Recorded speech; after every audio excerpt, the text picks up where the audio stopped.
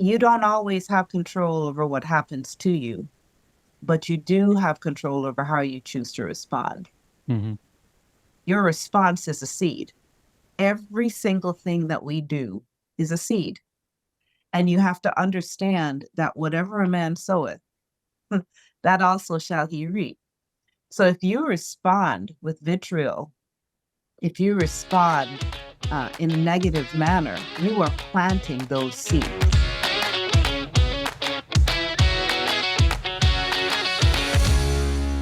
Hey, what's up? Welcome back to another awesome episode of the Life in Your Show podcast. I'm your host, Jason Wojo. And on the Life in Your Show, we help people make more, work less, and live awesome, amazing, abundant, incredible, amazing lives. And I am joined by Polish Peter, the co-host of the show. What's up, dude? Hey, man. So I'm looking forward to this particular episode because, man, this woman feeds people like nobody's business. Man, we got a rock star in this one. Her name is Laurie Wong, and she runs a nonprofit in the Atlanta area that is going to blow your mind. And it started off and has morphed into different versions. Currently, its main focus is feeding families. In fact, not just a few families, but Peter, what was the number? 77,000 families Last year. Yep. Yeah. Individuals. She's gained the attention and has sponsorships from everybody from eBay to I'm looking at the list now. It's incredible. From eBay to the Braves to UPS to Napa Auto Parts. I mean, she's gotten a lot of attention for the incredible efforts that she has extended and the people she's helped in the community. And so in this episode, we're going to talk about like how you can take the things that are most important to you and parlay that into helping other people. Yeah, we talked about purpose, like how you know you're actually living out your purpose, like how you know you're actually doing what you're supposed to be doing, right? We're talking about people and humanity. We're talking about the calling and the different aspects of the person she's going through this entire journey for the last 20 years of building this company, and what she's learned and the lessons that she shared were pretty amazing. And I'm so grateful that we got to interview her and share them with you here. Lots of awesomeness in this episode. Let's jump in right now. Here's our episode with Laurie Wong. Hey, Laurie, what's up? Welcome to Life in Our Show.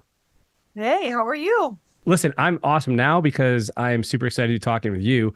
And you and I made a mutual acquaintance, which is Angel Cope, who introduced us, and she had so many things to say about you. I mean, I could go on the whole podcast just of all the compliments that she had for you, for your work, for your heart for people. And so I knew we had to get you on the show.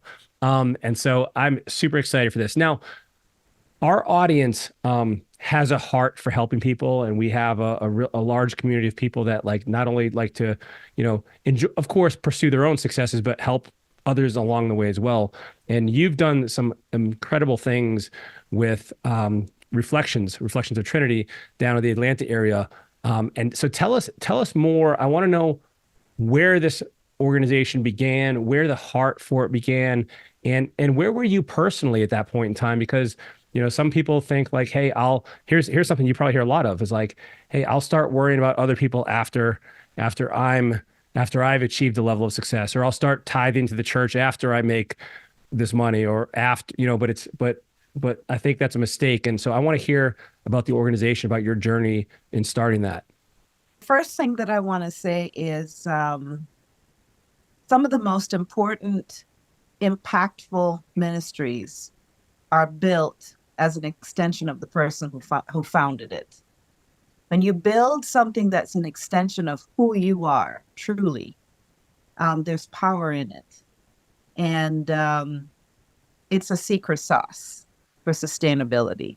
So what does that mean, though? An extension of yourself, like does that mean like your interests? Does that mean like your previous experiences that you've struggled with? Like, what does that, unpack that for me? It's all of the above. It's your Okay. talents. It's, your skills. It's your character. It's who you are. I think an organization takes on the flavor of the leader. And when you really boil things down, that is your secret sauce, is who you are. Are you building something that's an extension of who you are? So to answer your question, this is a calling. I was in corporate America for 25 plus years. and had transitioned over into the nonprofit sector. And right around 1999, I was in a church service, and I just felt a call to use my business acumen and my entrepreneurial bent or talents, um, to allow God to use that to help other people. And so Reflections of Trinity was an idea on a napkin Mm. that I emptied my bank account to start. Wow. And for the first 15 years, I didn't take a full salary. For the first 5 to 7 years, I didn't take a salary at all. And just poured that into building this organization. And today, Reflections of Trinity, which is a food pantry, we are the largest partner agency of the Atlanta Community Food Bank. We've been around, the organization has been around going on 21 years. So we started back in 2003. And today we serve just under 8,000 people with food a month. Mm. And I am basically overseeing a budget of $7.5 million. Wow. So God has taken it from an idea on a napkin to where it is today. And I'm very thankful, very humbled. Yeah, what this is amazing. So I need to unpack a few things I mean, immediately in my mind are like, I need to know more about this. So did you continue your full-time corporate job while you were running it in the early years, or did you just like, Yeah. okay, so you're doing that full-time, then this is a part-time for you? It didn't make any sense for me to financially challenge my family. Sure. Just another fact that you need to know was I have 6 children. Yes, I birthed them all. That's it? Woo! Just 6? 6 kids. I mean, that's only half a dozen. So when I started 21 years ago, I had little ones underfoot. All of them are grown and married with kids now, but I had kids in elementary school and had a large family. So this was not an easy task by any stretch of the imagination. So yes, I worked. As a matter of fact, I had 2 jobs when as I started for the first 4 or 5 years of Reflections. Mm. And when you mentioned you using, first of all, what was it specifically about food that you felt called to? Did this just pop out at you, or did you you're like, what was the thought process, the prayer process? Food came later. Oh, okay. Food came later. So basically, I had transitioned into the nonprofit world by working at a church and noticed that there was a lot of people that came from benevolence. So we had to send them 45 minutes away to the closest nonprofit for food or clothing or furniture, anything like that. There was nothing in this area. And so entrepreneurship, the basics of entrepreneurship is you find a need and you fill it, right? So I realized that there was a need to have a stable nonprofit in this region. And that's how things started. It was to fill a need.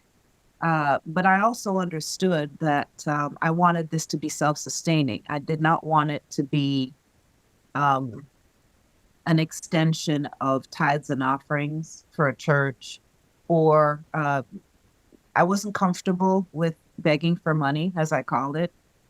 So I wanted to establish something that would generate revenue to sustain the nonprofit. So I opened a thrift store. And by having the thrift store, we put some things in place to allow people that were in need to shop in dignity. They could get clothing, furniture, housewares. So that's how we started. We branched into food after we took that online and started an e-commerce division with eBay.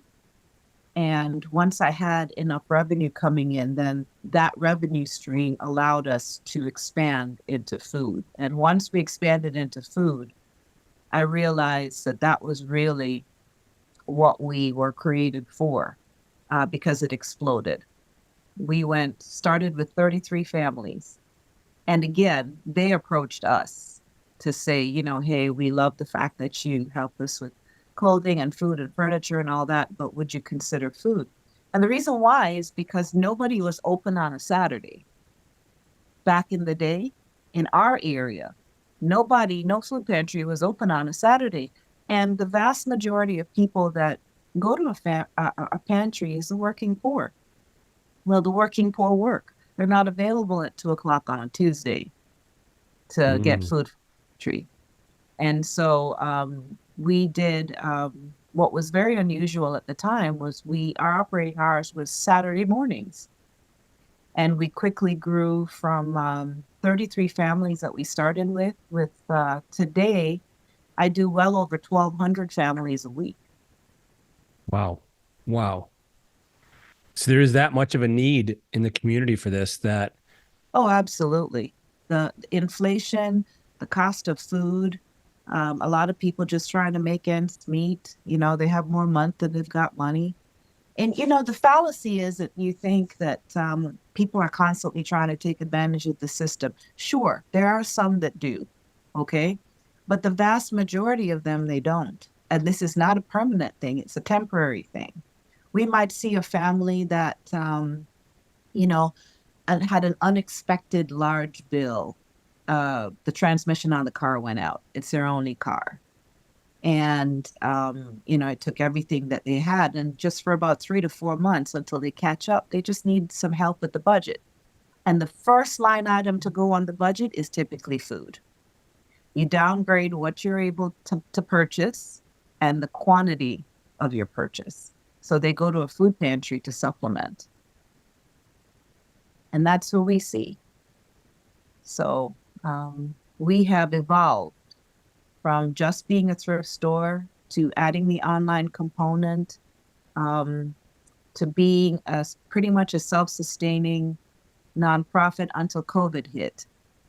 When COVID hit, we tripled in 2 weeks, literally tripled in 2 weeks. And that's when we started applying for grants. Mm.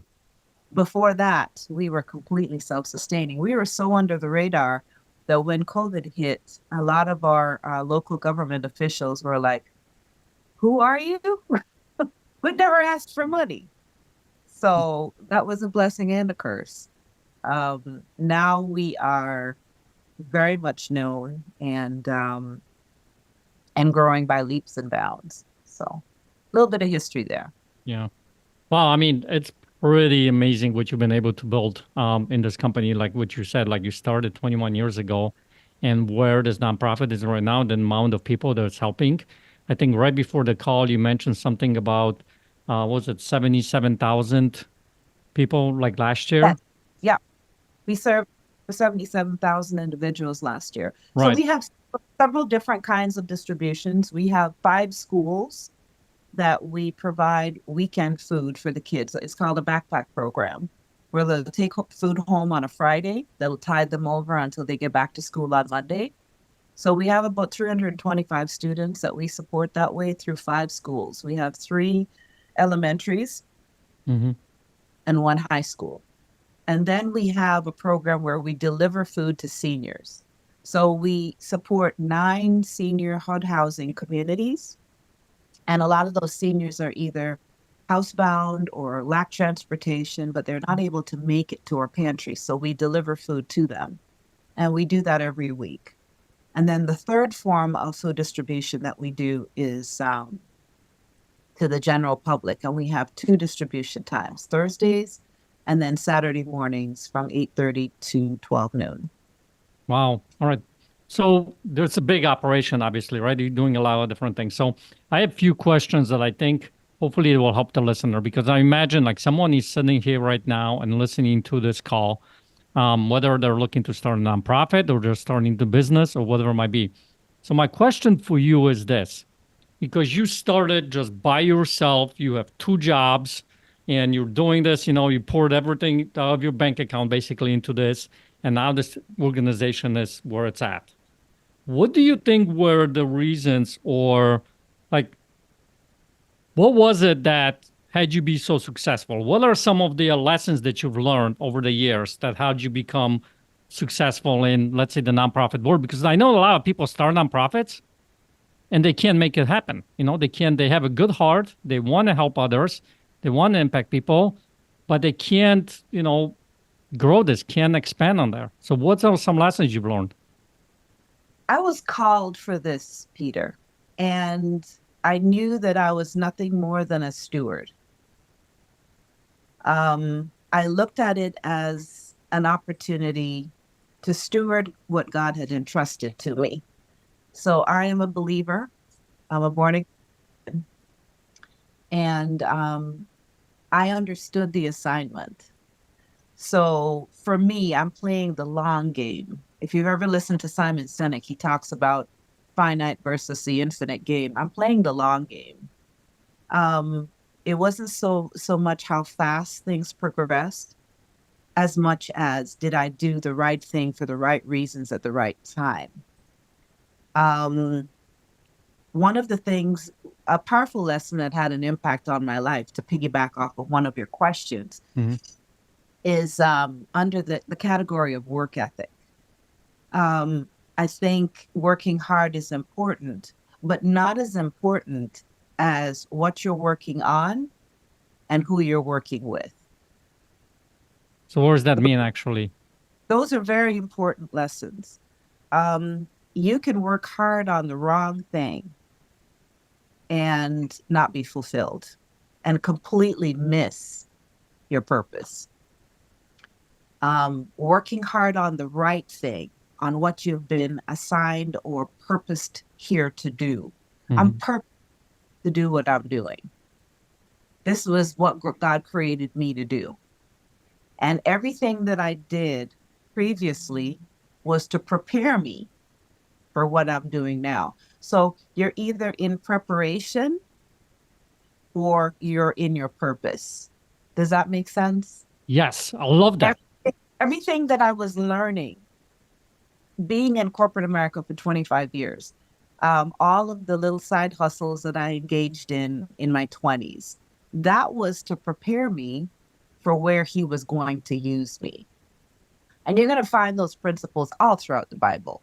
God Mhm. prepared. I mean, there's preparation, there's a season of preparation. And the earlier you understand what season you're in, the better. Because you can get so frustrated in the preparation season that you quit too soon and you miss the purpose. Yeah. Does that make sense? Yeah, I totally get that. Yeah. Sometimes you can be in your purpose and not understand that it's going to take time. So then you need patience. Another P. We got another P, the third P there. Yeah. PPP, right? Like a Polish Peter, PP, all kinds of P's on there. So listen, so I love what you're talking about here. So how would someone like, I get like when you're a believer, I get what you're saying, right? Because I'm a believer as well. But someone listening to this, how would someone know that I'm working what I'm being on purpose? Well, how do I know I'm in my purpose? Like, how do you know this is your purpose? It's like asking me, how do you know that this person is the one? Yeah. Yeah, it's a tough question. There's just a knowing in your heart that this is what God's called you to do, or this is what you were meant to do. It was no surprise to anybody who knew me when I started Reflections of Trinity, because this is an extension of who I am. It's an extension of who I am. And so if you're trying to do something contrary to who you are or your natural talents, your propensities, your gifts, the Bible says, train up a child in the way that he should go. And when he's old, he won't depart from it. It's understanding the propensities and the bents of your child and then guiding them in that way. It's looking at somebody's gifts and talents, their natural propensities, and then helping them, being the lid lifter to help them achieve what they've been called to achieve. And you can see things in people from very early on. And so I would have to say that Reflections of Trinity and its growth it has not been easy, Hmm. but it has felt natural, because it's an extension, number one, of who I am, and number two, it was purpose for me to do this. This is an assignment for me. Yeah. How would somebody know that they're walking in their purpose? That's a difficult question to answer, because your purpose is discovered. But when you know, you know. Hey, we'll get right back to our episode, but before we do that, we want to tell you about something super special and important that I want to make sure you know about, and that is our Life and Air events. There are two in particular that I want to draw your attention to. One is called the Get a Life Getaway, and we've been doing this for almost 15 years now. Peter and I have been doing this together for about 8 years together, and then we have our Business Builder Workshop. And this is why it's so important, because if you don't have the ideal life you want, guess what you need? A vision. A vision is something that we create at the Get a Life Getaway. And listen, it takes us a full 3 days to do that. And so we've been doing this for so long. We've refined the process. We've perfected it. We've walked almost 10,000 people through this process, and we want to show you this process. Now, yeah, you can probably try and do it on your own, but why would you try and reinvent the wheel? Let the experts, let us hold you hand in hand through this process. Peter and I teach these personally. You're getting this right from us. And that's the first part of this equation. Now, the second part is like, hey, let's say you decide that you want to work 20 hours a week and you need to make $100,000 to live your vision. Well, guess what? We teach you at the Business Builder Workshop. Exactly that. We will walk you hand in hand and show you our proven process to remove you from your business, to help you make the money you want, to enable you to own your business rather than have it own you. Peter, these events are awesome, man. Oh yeah, we do these throughout the event, throughout the years, and we're doing them throughout the country. So head over to one of these events, because you'll be surprised how amazing it is to write your vision for your life. I wish somebody would have told me this 10 years ago to do that. When I came here to this country, I had no freaking clue what a vision is, whether to actually write it. So the fact that you're sitting here on this podcast and hearing this message, I would encourage you that this is something that you would go ahead and do that sooner than later. So how do they go about doing that, Vojo? Well, and Peter, not only that, but we have a very special offer for them. Because you are a loyal podcast listener, I know you're tuning in every single week, hanging on every word. You've given us reviews, ratings, thumbs up, told your parents about it, your mom, your dad, your dog, your neighbor. We are giving you a 50% off, 50% off special offer. So you'll go and choose either the Business Builder Workshop or the Get a Life Getaway. Like Peter said, we do these all over the country. We do about a half dozen of these events per year. And when you check out, after you choose which event you want to attend, then you will enter the promo code PODCAST. PODCAST. Podcast is your promo code. You'll instantly get 50% off. And we will see you at an event soon. Now, here's my advice. Don't wait to attend this. Don't wait to register. Put it on the calendar now. Go right now.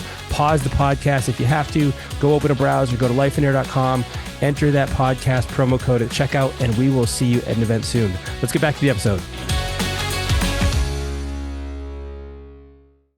I think the way you answered, I think you did a great job on it, because one of the things, like what I'm hearing from you is like, I already knew deep down inside, I know I'm in it. Like it's, it might not be easy. It's hard sometimes, but I feel like I'm meant to do this. And my preparation and what has happened before this thing led me to do this thing, and then everybody who knows me, that they know, like, this is what she's made for. So because you're an extension of you. So I think you totally nailed it as far as like that question goes. Any other lessons that you've learned throughout this entire journey that will help somebody else? I think the importance of and the power of reciprocity is something that I find I'm constantly talking about and teaching younger people. Everything we do is a seed. And something that I've taught my kids is you don't always have control over what happens to you, but you do have control over how you choose to respond. Mm-hmm. Your response is a seed. Every single thing that we do is a seed. And you have to understand that whatever a man soweth, that also shall he reap. So if you respond with vitriol, if you respond in a negative manner, you are planting those seeds. So I think the power of reciprocity is something that should be meditated on, and we should understand that there is wisdom in pausing before responding. Pause and say to yourself, is this the kind of seed that I want to plant? Mm. And if the answer is no, then choose another route. So the power of reciprocity and the law of reciprocity, it's a universal law. You know, you can't break the law. You can only break yourself against the law. If I plant corn, I'm not going to reap peas. Yeah, I love that. Yeah, law of reciprocity. I think that's been said a lot, but I think a lot of times, from my own experience, what I've seen happen in the world is like, hey, I'm gonna do this, but I'm looking for something to get back at me, right? Yeah. I'm not sure if that's what you're saying. Are you saying that? Like, is there an expectation of something coming back to you? Well, that's a natural law. Yeah. You know, whether we expect it or not. If you plant something and you plant enough of it, you're going to harvest it. So I would say that it's normal to have an expectation that if you plant good seed, that you're going to have a good harvest. But I think even if you lack expectation, if you plant enough of a seed, you're still going to harvest it. That's just law. Yeah. I love Law that. of reciprocity. Yeah. As long as once you understand that it's a law, Mhm. that's what it is, like gravity, right? Whether you Exactly. like the gravity or not, it's there, right? We're not going to fly Exactly. around in space. Um, Yes, there's nothing wrong with expectation at all. yeah. I just think that the law of reciprocity supersedes it, because if you plant enough of the seed, you're going to get it back. You're going to harvest it. Yeah. I love that. Laurie, talk to me about how you envisioned, like, you from that moment where you have a napkin in front of you and you're thinking this through to today. Did you have any scope of where this would currently be, or did you just not worry about that, not even picture like the future, and you're just like, hey, this is what I'm going to do, and it's going to grow as God wants it to grow, and I'm just going to do my part? Or did you have some, like, a 5-year plan, a 10-year plan, like 20, tell me how you kind of navigated this. So I had no idea that I would be in food.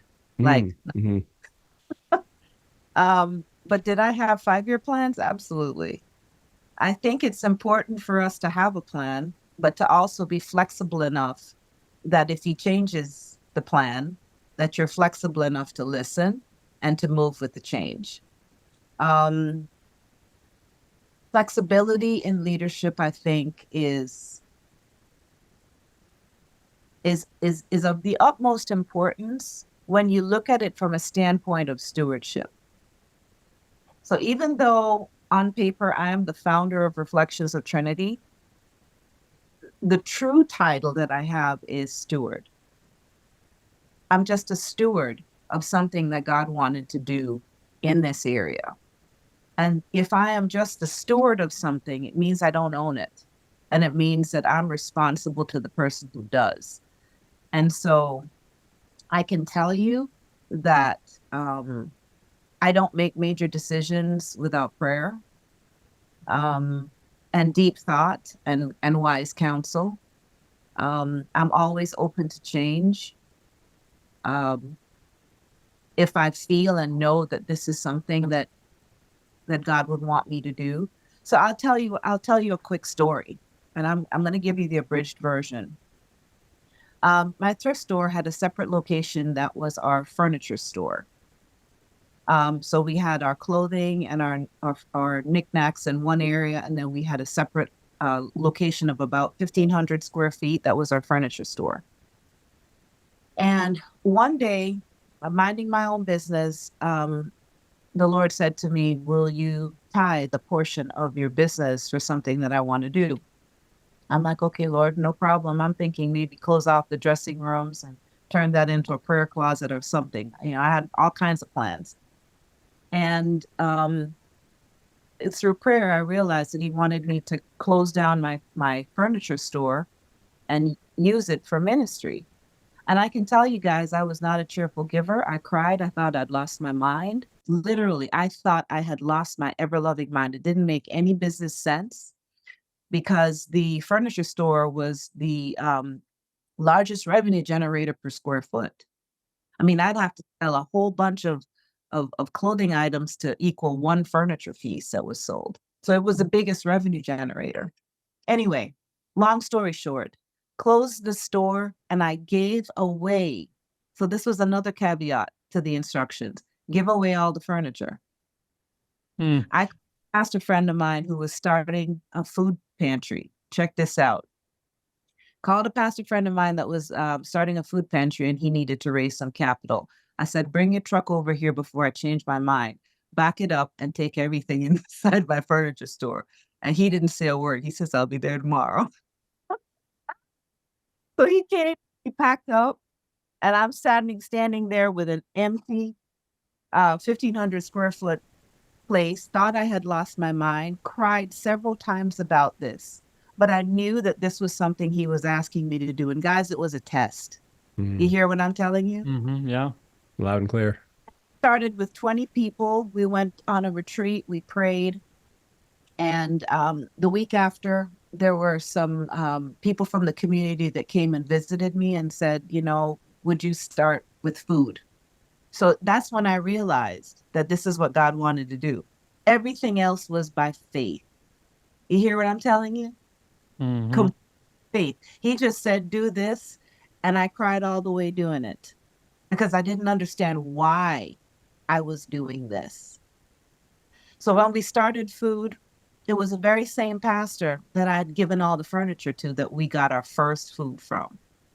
We started with 33 families. 33 families. And today, that's what God's done with that ministry. It is now what we're known for. We're not known for our thrift store. In eBay world, we're known for our eBay, our e-commerce. But the vast majority of people in Georgia, Reflections of Trinity is a food pantry. Hmm. God took that simple act of obedience, and that is our flagship today. I shudder to think if I had not been obedient. It was one of the biggest tests of my business life because it made no business sense. How do you get rid of your largest generating revenue generator? This is not a recommendation. I'm just telling you my story. This is the authenticity of Reflections of Trinity. I honestly see this as a position of stewardship. My prayer life is of utmost importance. It's just like a board meeting or a team meeting on a weekly basis or a daily basis. If I don't get the instructions, you know, I can't steward correctly because I truly see this as a stewardship. And God has blessed it. He has protected us. He has blessed us. And I'm eternally thankful. That's amazing. Tell me about, you know, certainly from going from that very, very small, you know, a few dozen families to where you are right now.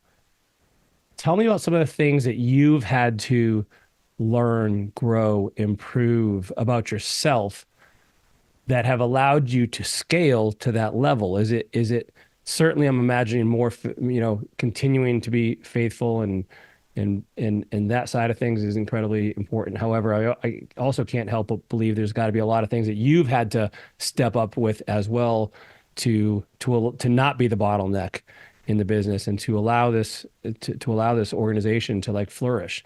Where did you notice like some places that you had to focus on to allow this to grow to its potential?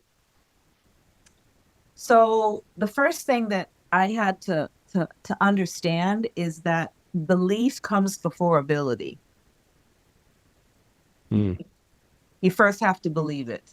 And so the biggest challenge that I faced was the space between my two ears. It's my own mind. Once I understood that I had to continually be in the process of redefining my skills, always putting my character under the microscope, and then renewing my mind constantly. Um, it's easy for me to uh, not be the cog in the wheel, and I'm always willing to step aside if it's time for a change of mantle. Because again, I'm nothing more than a steward. That's what I see myself as, is just a steward.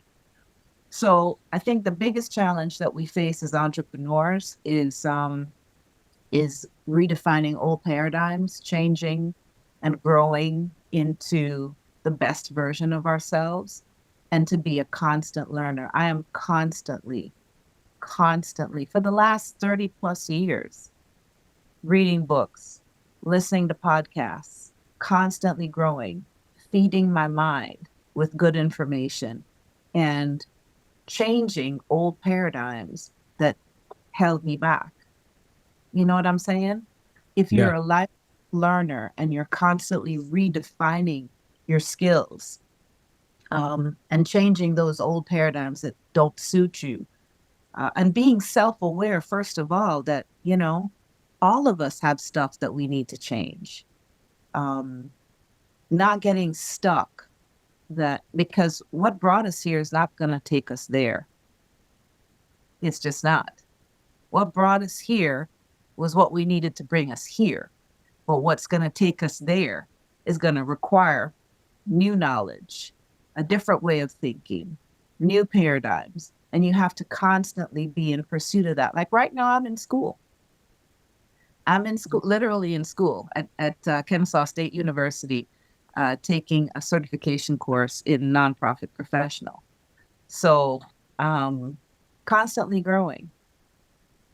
That's amazing. And I can totally see that. I think that requires humility. It requires foresight and really an awareness of maybe where some of the bottlenecks could be currently, or where they're likely to be next. So it's keeping a pulse on things too. I love that. What do you see moving forward for the organization? Like, what are there any things that, I mean, are there any further plans? Or are you just like, hey, I'm just going to go where God leads me, I'm going to continue what we're doing? Or are you feeling any inklings or pullings in any other directions? Yeah, no, we have plans. Again, I've always had plans, but I've always remained flexible. So we have renderings for our new campus. We have outgrown all of our facilities, and we need about 8 to 10 acres, because we are moving from, right now, our food pantry has pre-packed boxes. And what we want to do is have what's called a client choice pantry, where somebody actually comes in and picks the food that they want rather than having a pre-packed box. Because not everybody's food tastes are the same, or not everybody can have things with high sodium or sugar because of health conditions. So we want to have what's called a client choice pantry, which means that our pantry will look a little bit more like a supermarket than it does today, at our new facility. And secondly, I want to have an education center where we're not just giving a man a fish, but we're actually teaching him how to fish. And so that we have financial literacy classes, that we have skills training. And what I want to do is go to the local employers in this area and say, what do you want your new employees to learn or to have as a skill base when applying for positions with you? And then do collaborative workshops. So it's just more than just financial literacy, but it's life skills in general. It could be anything from learning meditation and yoga to workshops in the business arena. Something that I think is so important for people to learn. And, it's a controversial topic in some areas, but I think that the newest asset class of cryptocurrency, huge. People need to understand that entire whole new asset class, because it's here and it's here to stay. Talking about Web3, I mean, Reflections already has a presence in the Web3 world. That's where we're headed. I want to understand what that world is like, because that's my grandchildren coming up. That's the world they'll live in. And I want Reflections of Trinity to be prepared for that. I mean, in my age group, I'm 63 years old. I could easily hide my head in the sand and say, that's not my wheelhouse. Oh, yes, it is.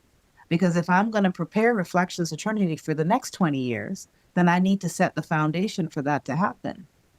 And it's incumbent upon me to always be refining my skills and understanding what's coming. It's not just what's here, it's what's coming. So I got one last question for you. I love what you're sharing here because, man, you are a powerful woman. So here's my question, because you've done this for 20 years. Last year, you served 77,000 people. There was a lot of people. And you said that you're a servant. You're still, going day-to-day basis kind of thing. So you're interacting with people. I'm curious, in the last 20 years, what have you learned about people? What have you learned about humanity? Oh my goodness. What have I learned about humanity? I'm of the impression that people are generally good. They just, in many cases, they lack opportunity. They lack mentorship. And in many cases, they just lack a relationship with the Lord. Mm. But people are genuinely, I would have to say, for the most part, I choose to see people as good. I am not one of those proponents that see people as evil. And so, one of the questions that your prep sheet gave me is, what am I known for? I could tell you a whole lot of business stuff, but those that know me, that know Laurie Ann, I think I'm known for loving deeply. I think that is the greatest power that exists. And there's nothing more important than feeling like you matter, that you belong, and that somebody cares about you. So if there's one skill that I think I'm constantly redefining, is learning how to love better. Mm. Because people are genuinely good. And that's the thought process that I have about people. May not be the answer you were looking for, Peter. Oh, I love that answer. No, seriously, I wasn't looking for an answer. I just love the way you answer, because think about it this way. I mean, if there was more love in this world, I mean, what kind of world would we have, right? Yeah. And I think that it's such a huge extension of who you are as a person, where you started from back then. And as you're growing and learning more about, think about it, you're talking about you're in your 60s and you're still learning how to love better, right? It's a never-ending thing, right? And I love that you are open to that, and that you are listening to the Lord from that perspective to guide you. And I'm so grateful that I came to meet you today. And I can't wait to see what happens for you in your organization. So, yeah. Would you got anything else? Amazing.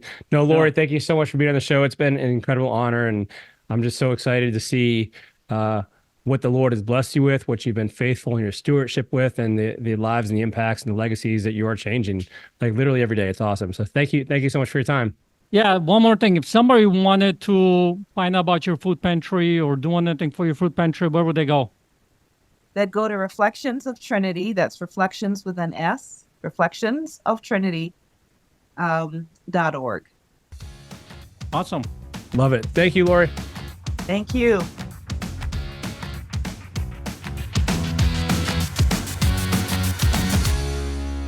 Man, what an incredible woman, huh? I mean, gosh, like so many cool things to unpack. Like the first thing I love is like the faith that she exhibited, like literally like the story she shared about just basically giving away her all of the furniture, which at that point in time was the number one profit generator in the organization, and she just gave it away because she felt like, she was called to do that. Like, and even though she said she cried and she, she still did it. She still did it. And that's, man, what about talking about walking by faith?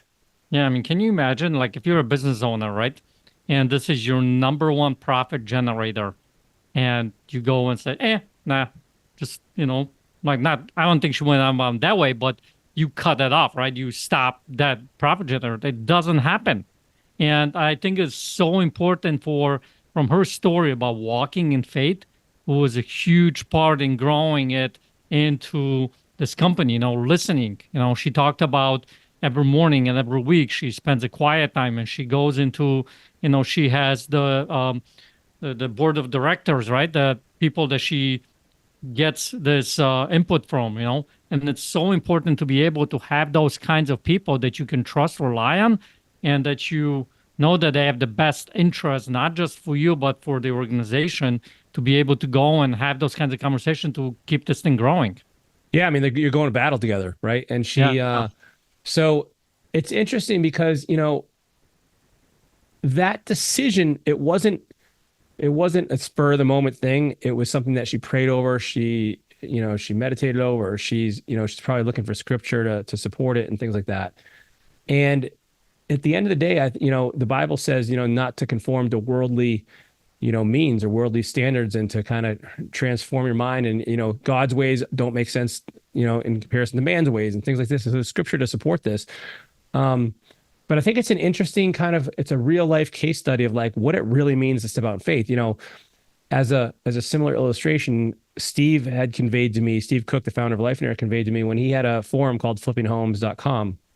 There was nothing else like it on the internet at that point. It was a large community talking about real estate investing. And he felt a calling, right? He felt it was put on his heart to have a faith corner at that time in the forum. And a lot of people tried to tell him not to do it. Like, Steve, you're gonna push people away. You're gonna alienate people. And Steve put it out there anyway. And in fact, many people believe, and himself included, that the inclusion of that on the forum is one of the things that contributed to its success.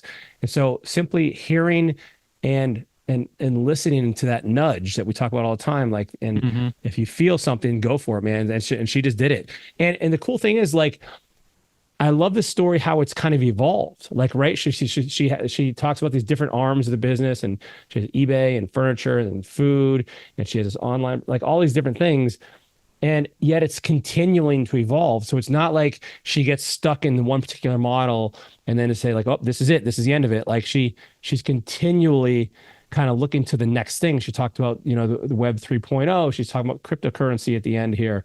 Like, and so it's this evolution that I think is, as whether you're, and listen, I hope everyone's hearing me here. This isn't only relevant for nonprofits. This is real life. This is, if you're a business owner, right? This is in any other context as well, like continually evolving to the challenges, to the environment, to the situation, to the projected pattern of growth that you want to extend yourself into.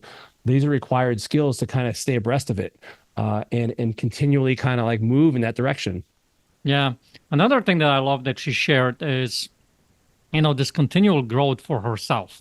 Because I think a lot of times people don't look from that perspective of like, who do I need to become to be able to go and, grow in the next stage of my life? And it's a continual growth, right? Because what got you here to where you're at today is not going to get you to tomorrow. So you constantly have to look from the perspective of growing and looking what's between the 2 years, and looking from the perspective of like, okay, who do I need to become? Yeah. What's the next version of me? What's the next version of me? And I think that is very important, because a lot of times I think in business, people go, well, I'm a CEO and all my employees need to grow. They need to do A, B, C, D, right? But it is she even brought up, like, she's the servant, right? She is the steward. Steward, right? She might have the CEO and founder label, but she is the steward. And I think that's a big distinction as far as the CEO perspective as well, to be able to keep growing in life, to help that organization grow to beyond you. Because I think some people just literally, get stopped and like the organizations grow as far as I grow. Yeah. But it's more than that. It's beyond you. So one other thing, she said this really quickly in passing, but I caught it. She says, like, she mentioned being a lid lifter. I'm like, oh, that's so I don't good, know. right? I was wondering what that. Yeah. So you think of like, typically we're the lid in our own business. We're the ones that bottleneck the business. And she said that. I'm like, oh, it's so true. Like we can be the lid lifter for other people in our organization. And we can ourselves look to other people to help us remove our own lid from us being the bottleneck in the business. I'm like, wow, that's such an insightful comment. She just made it in passing. I caught that. And then the other thing I really love, man, she said, you're either in preparation or you're in purpose, right? You're in preparation or you're in purpose. And by the way, in between those two is a gap, and that's where patience comes in, right? And so there's the three P's we got here. We got you're in preparation, getting ready for the assignment, being developed, taking those skills and learning about this thing and being equipped.